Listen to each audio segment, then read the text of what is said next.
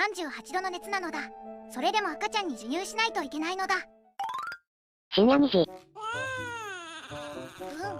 眠いのだ。でも赤ちゃんが泣いてる。はあ、夫は爆睡してる。気づく気配がないのだ。赤ちゃんの泣き声よりいびきの方がうるさいくらいなのだ。仕方ない。高熱でしんどいけど僕が対応するのだ。ママのみんないつもお疲れ様。続きはチャンネル動画で話すのだ。登録して待っててくださいね。見てね。